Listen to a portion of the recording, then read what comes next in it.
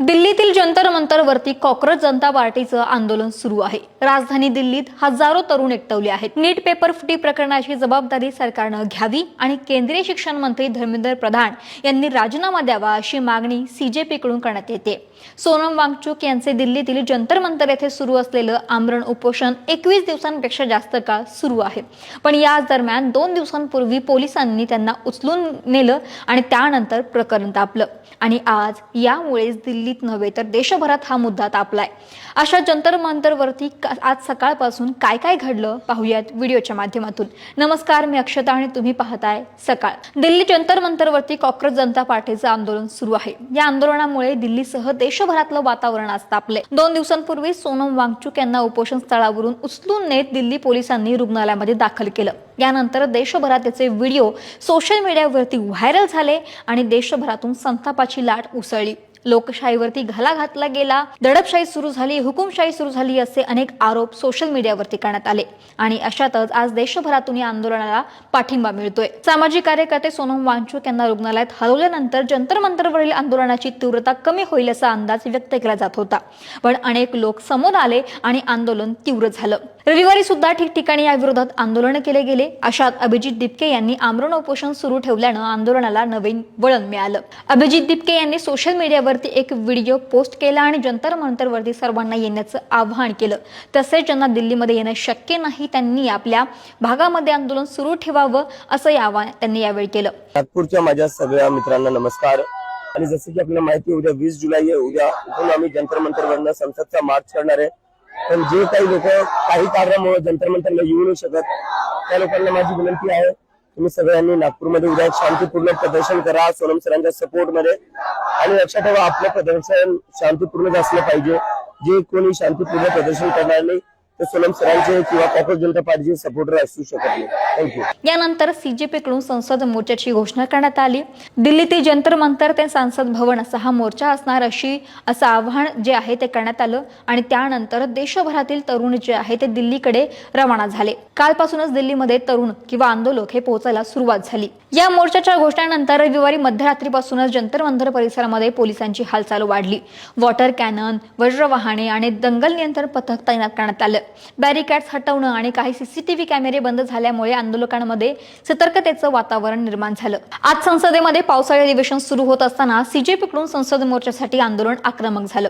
त्यांना रोखण्यासाठी पोलिसांनी लाठीचार्ज केला। तसंच संसद मार्गांवरती भले मोठे बॅरिकेड्स उभारण्यात आले। सीजेपीने यानंतर आरोप केला की सरकारकडून आवाज दाबण्याचा प्रयत्न केला जातोय। अशातच जेव्हा देशभरातील तरुण दिल्लीमध्ये आंदोलनासाठी पोहोचत होते तेव्हा दिल्लीतील राजीव चौक मेट्रो स्टेशनवरती मोठ्या संख्येने सीजेपी आंदोलक जमा झाले होते। त्यामुळे मेट्रो स्टेशनवरती गर्दी होऊन गोंधळाचं वातावरण निर्माण झालं। दिल्लीतील 5 मेट्रो स्टेशन त्या कारणामुळे बंद करण्यात आले होते।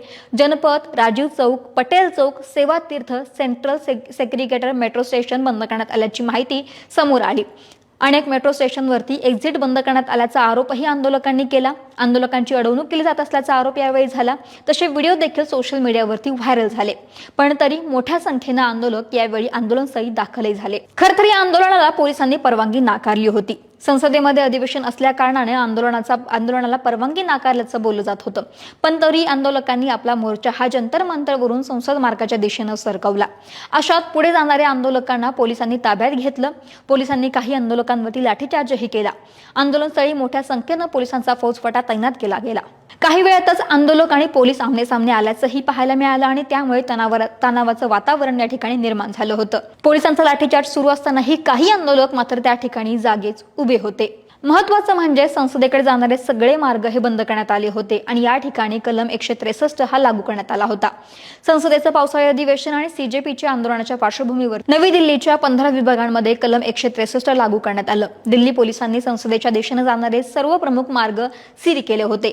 तसंच कोणत्याही अफवा पसरू नयेत आणि कायदा सुव्यवस्थेचं व्यवस्था बिघडू नये यासाठी जंतर मंतरसह आंदोलन सुरू असलेल्या परिसरामध्ये इंटरनेट बंद करण्यात आलं। तशी पोस्ट देखील सोशल मीडियावरती व्हायरल झाली। 3 किलोमीटर किलोमीटर परिसरामध्ये इंटरनेट बंद केल्यानं नेटवर्क ठप्प झालं होतं. यानंतर सीजेपीनं हा आंदोलकांचा आवाज दाबण्याचा प्रयत्न असल्याचा आरोप यावेळी केला. दिल्लीत रात्रभर सीजेपीच्या आंदोलकांनी गर्दी केली. जंतर मंतरसह परिसरामध्ये फुटपाथवरती शेकडो आंदोलक झोपले होते. कॉक्रोच जनता पार्टीचे प्रवक्ते सौरव दास यांनी दिल्लीमध्ये 20,000 आंदोलक आल्याचा दावाही केला होता. तर सीजेपीच्या संसद मोर्चाच्या पार्श्वभूमीवरती दिल्ली पोलिसांनी कडेकोट सुरक्षा बंदोबस्त तैनात केला होता.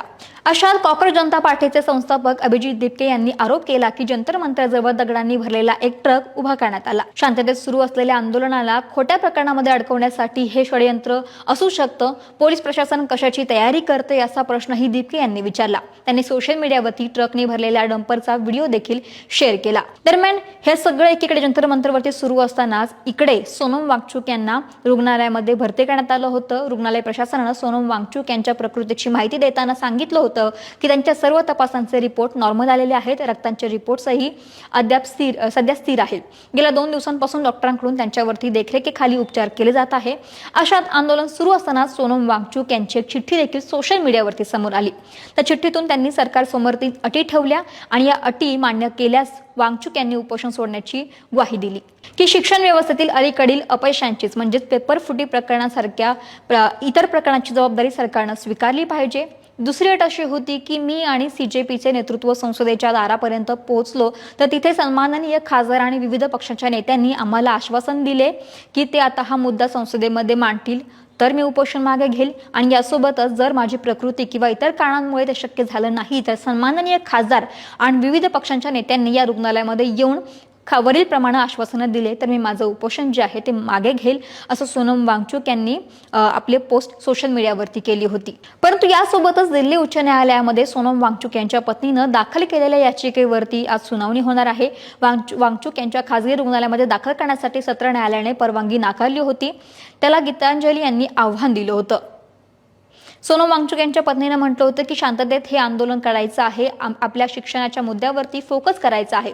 तसंच आंदोलनात सतर्क राहण्यास सांगितलं होतं. दरम्यान जंतर मंतरवरती कॉक्रोच जनता पार्टीचे आंदोलन मोठ्या तीव्रतेनं सुरू होतं. हा धडक मोर्चा थेट संसदेकडे निघालाही होता. अशात सरकारनं सीजेपीच्या शिष्टमंडळासोबत चर्चा करण्यासाठी त्यांना बोलवलं. सौरभ दास आणि आशुतोष रांका हे जेपी नड्डांच्या भेटीला पोहोचल्याची माहिती समोर आली आणि त्यानंतर आता हे आंदोलन जे आहे ते स्थगित करण्यात आलेले आहे. सौरभ दास आणि आशुतोष रांका जेपी नड्डांच्या भेटीला पोहोचले. या भेटीमध्ये काय घडलं हे तर अद्याप समोर आलेले नाही. परंतु या दरम्यान आंदोलन जे आहे जो मोर्चा जो आहे तो संसद भवनाकडे निघाला होता. अशात अभिजित दिपके जे गेल्या 3 दिवसांपासून उपोषणावरती होते, जेव्हा सोनम वांगचुक यांना उचललं गेलं होतं तेव्हापासून अभिजित दिपके हे उपोषणावरती होते. परंतु सोनम वांगचुक यांच्या विनंतीनंतर अभिजित दिपके यांनी उपोषण जे आहे ते सोडलेलं आहे आणि आंदोलनाला स्थगिती मिळाल्याची माहिती आता समोर येते. त्यामुळे आता या प्रकरणामध्ये पुढे काय होतंय हे पाहावं लागेल. महाराष्ट्रातील सर्व बातम्यांचे विश्वासार्ह व्यासपीठ सकाळच्या सर्व सोशल मीडिया प्लॅटफॉर्मला लाईक, फॉलो आणि सबस्क्राईब करा. तसंच सर्व नोटिफिकेशनसाठी बेल आयकॉन प्रेस करायला विसरू नका.